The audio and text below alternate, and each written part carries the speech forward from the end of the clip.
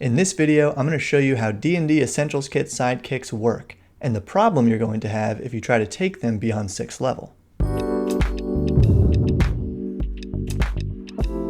Hi, Bob here, and welcome to Bob World Builder, the D&D channel where we improve our games together. Subscribe for new videos every Wednesday under your subscriptions tab. Now, before we dive into how D&D sidekicks work, let me tell you what this problem is. The streamlined level 1 through 6 rules in the Essentials Kit do not line up with the first 6 levels included in the original D&D Unearthed Arcana sidekick rules. And according to at least one recent article, linked below, Wizards of the Coast is not planning on releasing a full update anytime soon. So lacking official rules for taking sidekicks beyond 6th level, I provide level 7 through 20 suggestions toward the end of the video. When Wizards does get around to that update, I will post my review here, and hopefully by then I'll have a copy of Matt Colville's Strongholds and Followers to compare it to. But hey, why even use sidekicks in D&D? On your adventures, you sometimes meet a town person, an animal, or another creature, and you forge a special relationship with them. That creature might even join you on your adventures, which usually sparks this question: how does this sidekick get better as you gain levels? As you become more powerful, the foes you face are likely to become too dangerous for Vera the Guard, Biscuit the Mastiff, or another companion you befriended in the early days of your adventuring career. And sidekick rules are meant to provide a clear path of advancement. Originally, I guess. Furthermore, sidekicks are a great tool when running for one player, because they can provide a skill set to complement those of the main character: fighting, magic, or sneaking around, and they're easier than running another full character. According to the Unearthed Arcana rules, sidekicks can be any creature with a stat block and a challenge rating of 1 or lower, and it has to be a friend, which is a good rule. No servants. And that's the only rule in the Essentials Kit. It doesn't say anything about challenge rating, though it implies that sidekicks must be humanoid, because it includes 9 humanoid NPC sidekicks, and it only provides humanoid stat blocks. And it mentions customizing those stat blocks with humanoid racial traits, but nothing else.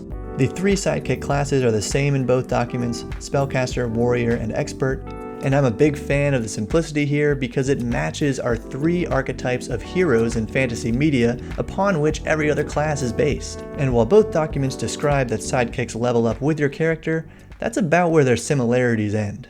Unearthed Arcana says to increase their hit points by rolling their hit die and adding their Constitution modifier, while the Essentials Kit simply provides a predefined max hit points at each level. Increases to proficiency bonuses are the same in both and work like regular classes, but I have a feeling this is partially what created the discord between these rule sets. Let's look at the classes side by side. I recommend checking out the Unearthed Arcana rules in the link below if you want definitions for any of these features. The Warrior. By the UA rules, at level 1 you choose 1 saving throw proficiency between Strength, Dexterity, and Constitution. You also choose 3 skills from Acrobatics, Animal Handling, Athletics, Intimidation, Nature, Perception, and Survival. You're proficient in all armor and weapons, and you have the Fighter feature, Second Wind.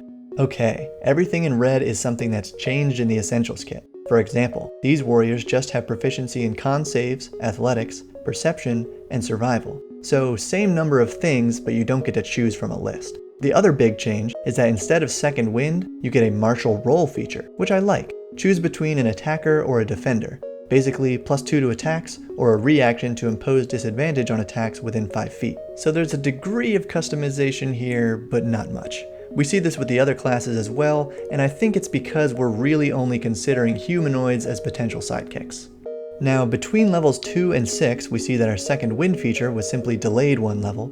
3rd level is the same. At 4th, we get an ability score increase, but that increase is specifically for strength in the Essentials Kit, and because our proficiency bonus increase is considered a feature here, extra attack is also delayed 1 level. Comparing these two, we see that our Essentials Kit Warrior misses out on the Danger Sense feature and 1 ability score increase. But this is an easy fix. I recommend leaving levels 7 through 20 the same as in Unearthed Arcana, and, as you can see there in blue, adding in Danger Sense at level 7 and that ASI at level 10.